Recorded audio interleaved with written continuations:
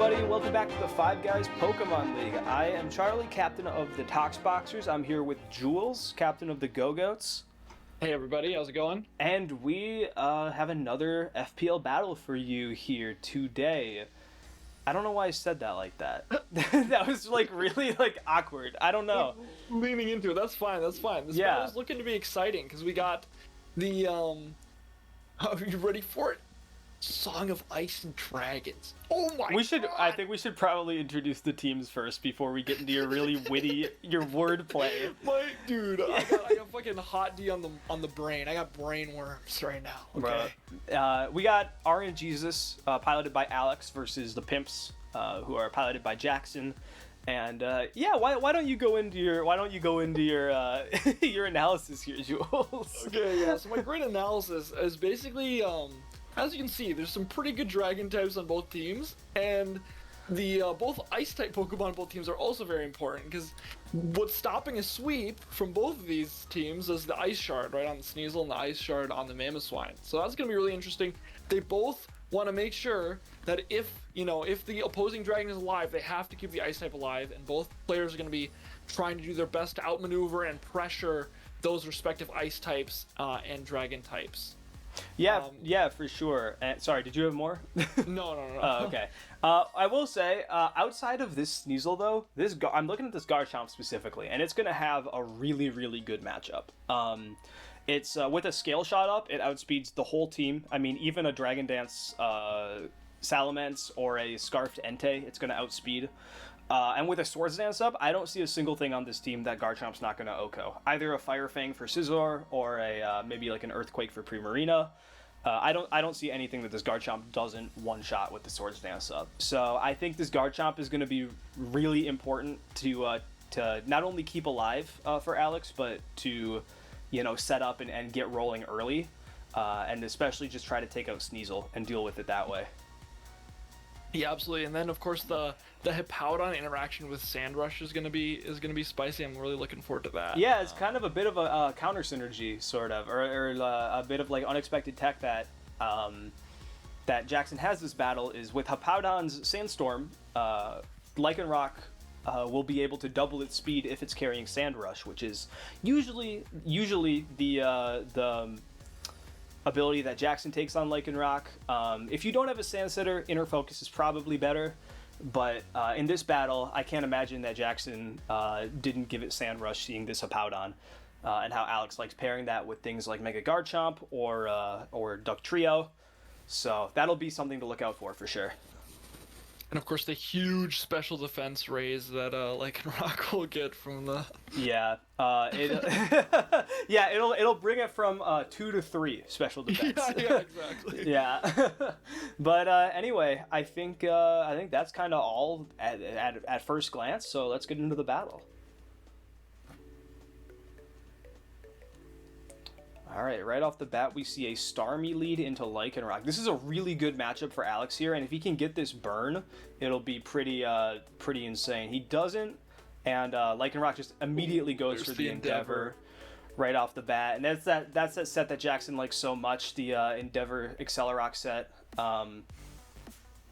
with its its mysterious origins. I wonder who came up with that set.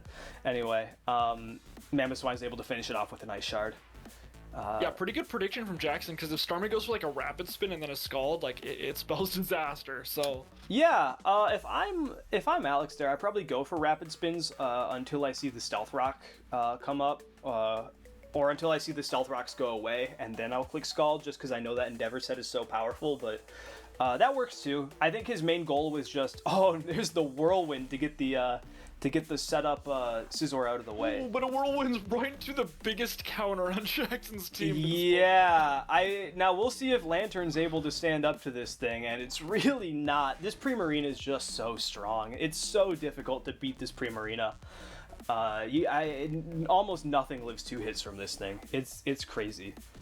I'm surprised he switched out there. I guess He didn't want something else coming in, maybe, but Moonblast hits like everything super effectively, so maybe that was a slight miscalculation. Yeah, the E-Speed's able to pick up the kill anyway, but maybe it was also a bulkier Primarina, and he was just afraid the Lantern was speed invested. Maybe that's also a possibility, but... that was probably it. Yeah, he was probably worried it would outspeed, yeah. Yep. Either way, the Entei switch out against the Ninetales is really interesting, but I guess the Scizor is also a really good matchup there, so he probably just wanted to force it out and get a Swords Dance up. There, that is. Now let's see what Alex does with his Garchomp, because he's got just about the ideal setup here with the screen in front of it, and he goes for a Swords Dance, and the Scizor just goes for another Swords Dance. Oh. Jackson's showing no fear here. I would be quite scared against this Garchomp with a potential Fire Fang. Yeah, and there's the Fire Fang. I mean, he did a decent amount of chip, and we're probably going to see this Sneasel come in here. But sacrificing your Mega Scizor for that, I don't know about that.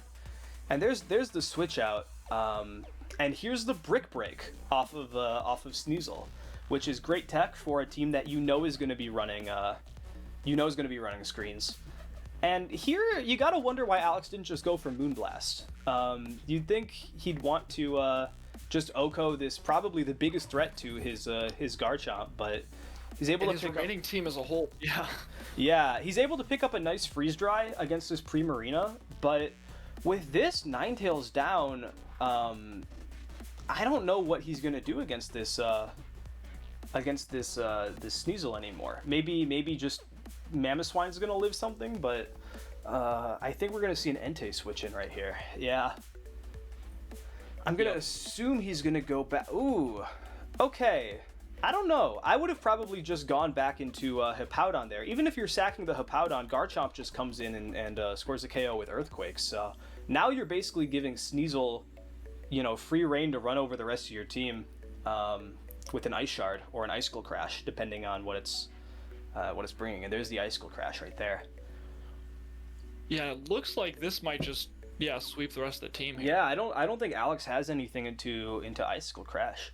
I mean, if you look back on this battle, if he just clicked Moonblast and KO'd the Sneasel right there, I don't know if Jackson has anything that stands up to this Garchomp. So I don't know, maybe a suboptimal play, but it honestly just shows more than anything how good this Sneasel was into this matchup. I mean, Jackson saw that he needed to bring something that breaks screens, something that hits Garchomp super effectively and outspeeds it, and he played the Sneasel pretty well, and it definitely just did what it needed to do. Yeah, just about the perfect Sneasel matchup, I think, really showing the power of this low point Pokemon, but the ice moves did huge amounts of work. So yep, it was a song of ice and dragon, as you would say. Oh God, I say that. And that's gonna be the title of this episode. Thank you all for watching, everybody. If you enjoyed, make sure you leave a like, subscribe, comment what you thought about Jules's analysis for this one, and thank you all for watching. We'll see you next time. See ya.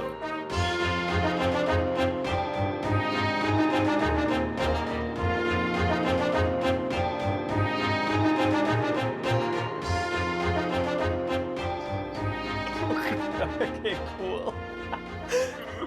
Oh no. Oh baby. It's gonna get worse and worse from here on out. That one was only 8.5 minutes long. That's crazy. Yeah. Oh.